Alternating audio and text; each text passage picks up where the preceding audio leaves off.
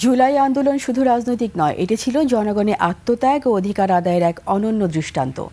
Chittagong press ক্লাবে জুলাই গণ অভ্যুত্থানে সাংবাদিকদের ভূমিকা ও হাসিনার ফ্যাসিবাদ নির্বাসন থেকে দেখা শীর্ষক আলোচনায় এ মন্তব্য করেন আমার দেশ পত্রিকার সম্পাদক মাহমুদুর রহমান। তিনি বলেন, বাংলাদেশের গণমাধ্যমের সাংস্কৃতিক ফ্যাসিবাদের আগ্রাসন রুখে দিয়েছে জুলাই বিপ্লব। হাসিনার আমলে যেসব গণমাধ্যম সরকারের লেজুর বৃত্তি করেনি, তাদের সম্প্রচার ও প্রকাশনা বন্ধ করে দেওয়া হয়েছে। তবে এখনও দেশের বিভিন্ন সেক্টরে ফ্যাসিবাদের দোসররা ঘাপটি মেরে বসে আছে।